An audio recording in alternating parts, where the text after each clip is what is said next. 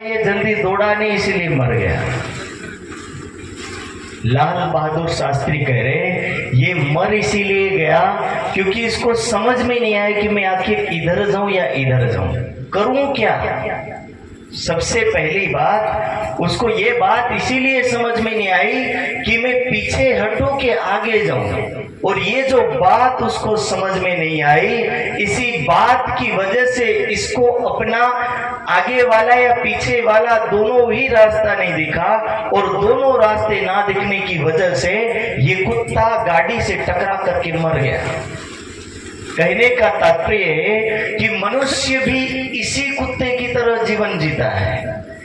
वो आगे जाऊं या पीछे जाऊं सोच ही नहीं पाता है, और सोचने का उसके पास टाइम ही नहीं है। जैसे कुत्ते को टाइम ही नहीं मिला कि वो आगे बढ़े पीछे हटे, वो उस दोनों ही विचारधारा से वंचित रह गया, छूट गया, और छूट जाने की वजह से उस कुत्ते की मृत्यु हो गई, उसका जीवन समाप्त हो गया। इसी तरह संसार में आया हर मनुष्य ये नहीं सोच पाता है कि शरीर का कल्याण करूं या आत्मा का कल्याण करूं। इन दोनों ही बातों में सोचता सोचता केवल सोचता रह जाता है, लेकिन कल्याण नहीं कर पाता। वो आगे भी नहीं बढ़ पाता है और पीछे भी नहीं हट पाता है, और दोनों ही मार्ग में जब व्यक्ति फंस जाता है तो फंसा हुआ व्यक्ति केवल ना केवल अपनी जीवन की यात्रा को यूं ही बर्बाद करके चला जाता है। इसलिए त्रिदिवसीय यात्रा तो केवल वाणी के ऊपर आधारित है, और वाणी क्या कहती, चलो चलो रे साथ आपन जाइए धाम। वाणी एक तरफ पुकार रही है कि हमें कहाँ जाना है, परम धाम जाना है, और संसार एक तरफ रोकने के लिए तैयार है। संसार के हर संसाधन जितने भी दुनिया के सुखमय सुविधामय साधन है, ये सारे के सारे सुविधामय साधन हर मनुष्य को रोकने के लिए तैयार बैठे हैं, और एक तरफ ये वाणी हमें परम धाम की ओर खींच रही है। इतनी विकट परिस्थिति के अंदर हम इस संसार रूपी रास्ते पर यात्रा में निकले हुए हैं, और इस यात्रा में यदि हमें जिसका अच्छा आनंद मिला तो हम उसी यात्रा में अटक जाते हैं।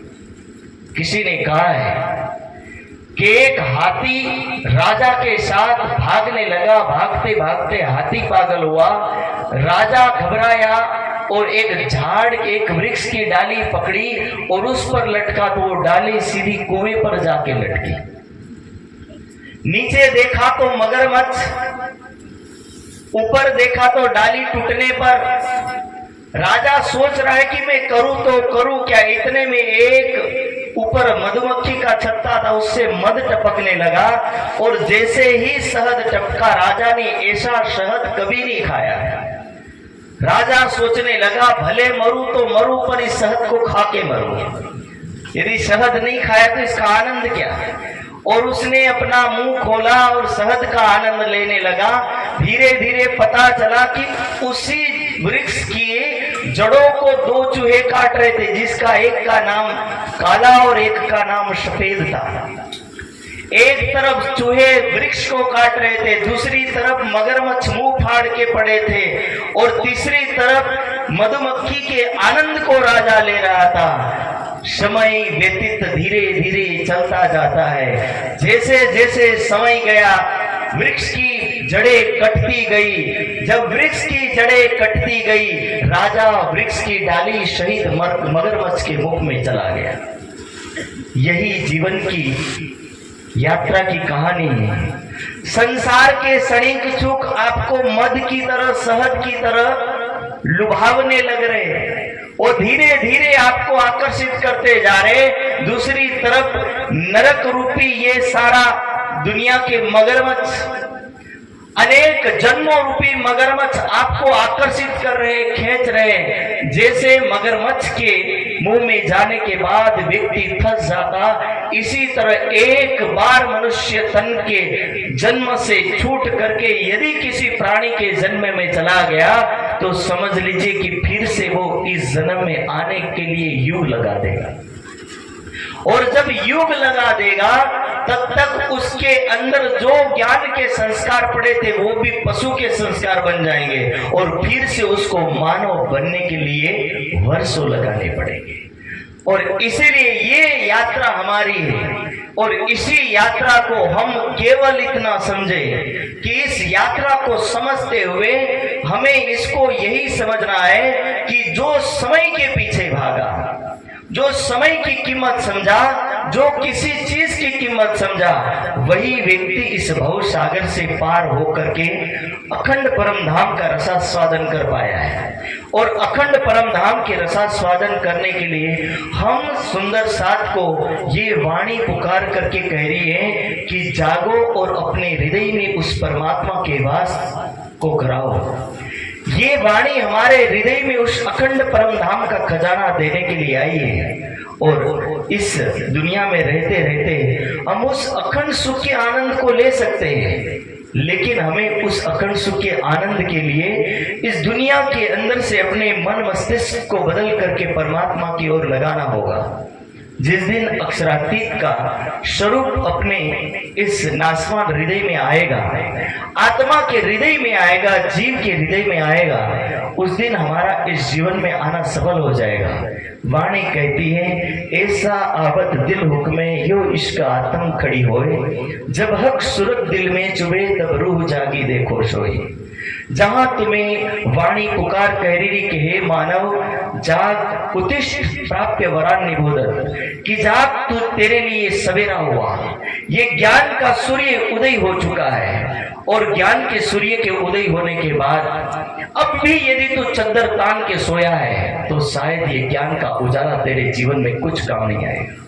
हम तो उस कोठरी में पड़े मानव के समान बन गए जिसने मनोमन यही विचार लिया कि मुझे उजाला ही पसंद ना हो। लेकिन वाणी कह रही है कि एक दिन ऐसा तो आएगा ही जिस दिन तुझे सूर्य की ओर अपनी नजरें उठानी पड़ेगी, और जिस दिन तूने सूर्य की ओर अपनी नजरें उठाई तो समझ लीजिए उसी दिन तूने अपने सूर्य को हृदय में बिठा लिया। ये ज्ञान रूपी परमात्मा, ज्ञान रूपी प्रकाश में परमात्मा जिसको वाणी के अंदर लिखा है, अरे दूज का चांद गया, पूर्णिमा का चांद गया, आया तो केवल दोपहर का सूरज आया। सारी दुनिया जिसको कहती थी कि दुनिया में केवल चंद्रमा में कलंक होता है, पर आज तक दुनिया का कोई ऐसा साइंटिस्ट नहीं जो सूर्य में कलंक दिखा दे, पर बोले ये कलंक रहित परमात्मा जब दुनिया में तो उसका नाम पड़ा बुद्ध निष्कलंक स्वरूप। बोलो श्री प्राणनाथ। और ऐसा स्वरूप जब दुनिया में आया, सारी दुनिया को अंधेरी की नगरी से बाहर निकालने के लिए वाणी में लिखा है, लैलतुल कद्र की रात्रि में सोने वाली ब्रह्मंगनाएं भूल जाएगी मुझे संसार में जाने के बाद, संसार के इस घोर अंधकार में निद्रा में सो जाएगी। इसलिए उपनिषदकारों ने कहा, कली शयनो भवति संजीहानस्तु दाब्र, उत्तिष्ठम भवति त्रेता धावमानः कृतयुगम्, कि जागो। और कैसे जागो? उत्तिष्ठम भवति त्रेता, कि जैसे त्रेता युग में मानव ज्ञान से जागृत होता है, इसी तरह बोले कलयुग के अंदर जो ज्ञान से जागृत हुआ, और ज्ञान से जागृत होने के बाद क्या करना होगा? तो वाणी कह रही है, धाव मानः कृत युगम, धाव माने यानी दौड़ लगा दो। वाणी हमारी अपने शब्दों में वर्णन करती, सूता होइसो, चौपाई दोहराइए, सूता होइसो जागियो, जाग्या बैठा होय, बैठा ठाड़ा होइयो, ठाड़ा पांव भरे आगे सोई। वाणी केवल ना केवल आपको प्रेरित कर रही है, जगा रही उस यात्रा में। तुम्हारी यात्रा केवल ना केवल अंधेरी रात्रि में चल रही है, पर वाणी कह रही अंधेरी रात्रि में तुम्हारी यात्रा ना हो। तुम्हें तो पूरा का पूरा ब्रह्मांड प्रकाशित मिला है, और ये वाणी ज्ञान का प्रकाश तुम्हें मिला है। कहा जाता है कि एक बार ज्ञान के प्रकाश में जो आ जाता है, शायद वो अनेकों को प्रकाशित कर देता है। और हमारी वाणी क्या कहती है? तन दीपक, कि हमारी वाणी तो हम लोगों को उजाला देने आई है। और ऐसी वाणी जब हमें मिली, ऐसा ज्ञान मिला, उस ज्ञान के सहारे रह करके हम आत्मचिंतन, आत्म मनन करें कि हम इस दुनिया में क्या लेने आए हैं। इस दुनिया में हमारा कर्तव्य केवल आत्म कल्याण है। मनुष्य जीवन को संभालते हुए, इस जीवन की सार्थकता को समझते हुए जब हक सूरत दिल में चुभे कि जब अक्षरातीत के अंग अपने हृदय में उतरने लगे, यदि सुबह की मॉर्निंग हुई और सुबह के टाइम में अपनी आत्मा उस परमात्मा के आनंद में डूबने लगे, यही हमारा आनंद है और इसी आनंद का हमें फायदा लेना है। और इसी आनंद को जिस लोगों ने ले लिया और जब हम इस पवित्र धारा में प्रवाहित होने लगे, तभी हमारा इस दुनिया में आना सफल है। वरना इस दुनिया के अंदर हम मनुष्य जन्म को लेकर तो आए, लेकिन उस ब्रह्म ज्ञान का कोई फायदा नहीं ले पाए। ज्ञान हमारे अंदर के अनेक दुर्गुणों को धो करके, जन्मों जन्म के कुछ संस्कारों को धो करके और अपने हृदय के अंदर प्रकाश करके अपने हृदय में परमात्मा का वास करवाने के लिए आया है। अक्षरातीत ने तो इतना कहा, अरश ये सुंदर साथ का दिल ही मेरा परम धाम है। मोमिन दिल अर्श गया कि सुंदर साथ का दिल परम धाम कहा गया। पर कब परम धाम कहा गया? कि जिस दिन हम उस परमात्मा के लिए इस दुनिया में सर्वप्रथम उसको ही समझने लगेंगे, सर्वप्रथम उसको रखेंगे, तभी परमात्मा हमारे लिए सब कुछ करेंगे। लेकिन हमारे हृदय में उसके प्रति उतनी भावना होनी चाहिए। परमात्मा ने इस दुनिया के अंदर कहा कि जब व्यक्ति एक बार परमात्मा को हृदय में बैठा लेता है तो कहा जाता है कि एक जन्म नहीं, युगों के जन्मों के कुसंस्कार साफ हो जाते हैं। उपनिषदकार ने तो कहा है, भिद्यन्ते हृदय ग्रंथि छिद्यन्ते सर्व संशया चीयन्ते चास्य कर्माणि तस्मिन् दृष्टे परावरे। कि जिसने अपने हृदय में परमात्मा का वास किया, ऐसे लोगों के दुष्कर्म कुकर्म सब साफ हो जाते हैं और ऐसे लोगों के हृदय में परमात्मा का वास होता है। और जिसके हृदय में परमात्मा का वास होता है उसकी तस्मिन् दृष्टे परावरे, उसी ही की व्यक्ति की दृष्टि यानी उसकी आत्मा दृष्टि खुलती है। और जिसकी आत्मा दृष्टि खुली वही दृष्टि परम धाम के दर्शन को कर पाती है। वरना तो केवल व्यक्ति इस दुनिया में दुनिया के पदार्थों को देखता देखता खत्म हो जाता है। एंड में जाते जाते यही कहता है, एक बार मैं अपने बेटे को देख लूं, एक बार अपनी बेटी को देख लूं। और मरते मरते क्या करता है जानते हो? मरते मरते फलाना व्यक्ति आ जाता तो अच्छा होता, ये वाला आ जाता तो अच्छा होता। गीता कह रही है, ऐसे स्मरण करने वाला व्यक्ति सदा ही माया में लिप्त होकर के मर जाता है। यम यम स्मरम भावम त्यजति कलेवरम तत्, कि जो जो व्यक्ति जिस समय मरते समय तक या जीवन भर जिस जिसको याद करके मरेगा, तम तम एव सदा कुंते सदा तद्भाव भावित, कि वो उसको ही प्राप्त होके मरेगा, किसी और को प्राप्त होके नहीं मरेगा। उदाहरण दिया कि भरत ऋषि ने केवल मरते टाइम तक केवल हिरण का स्मरण किया तो अगला जन्म उसका हिरण बना। फिर उसको पता चला कि मैंने मरते समय केवल हिरण का स्मरण किया था। एक हरण एक मृग का स्मरण करने से उसको वही जन्म मिला। इसीलिए कह रहे हैं कि दुनिया के शास्त्रों में तो केवल लोगों ने एक पाठ पढ़ा कि मरते समय हर समय व्यक्ति गीता वेद उपनिषद दर्शन परमात्मा को स्मरण करते हुए शरीर छोड़े।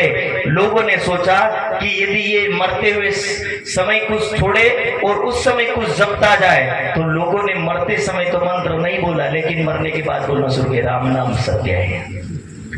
फिर आखिर दुनिया के लोग यही बोलते गए, राम नाम सत्य है। मरा हुआ बोलता, भाई अब मेरे से नहीं होगा, ये तुम लोग कर लो। वो मुंडी हिला करके मना कर रहा कि अपने बस की बात नहीं है, ये तुम्हारे बस की बात है। वही बात है कि मरने के बाद कुछ नहीं होगा, समय जाने के बाद सब समाप्त हो जाता है। त्रिदिवसीय कार्यक्रम हमारी आत्मा जागृति, हमारा आत्म कल्याण इसी के लिए है समिति कोई भी हो, कार्यकर्ता कोई भी हो, पर सबका उद्देश्य केवल हर मानव के हृदय में ज्ञान का उतरना और परमात्मा का उतरना।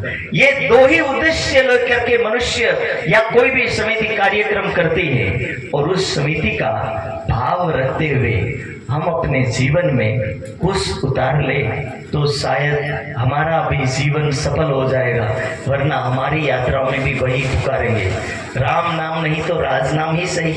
पर बोलने वाले तो बोलेंगे ही सही, वो रुकने वाले नहीं, और फिर यही कहेंगे आदमी या बहन बहुत अच्छी थी लेकिन चल बसी।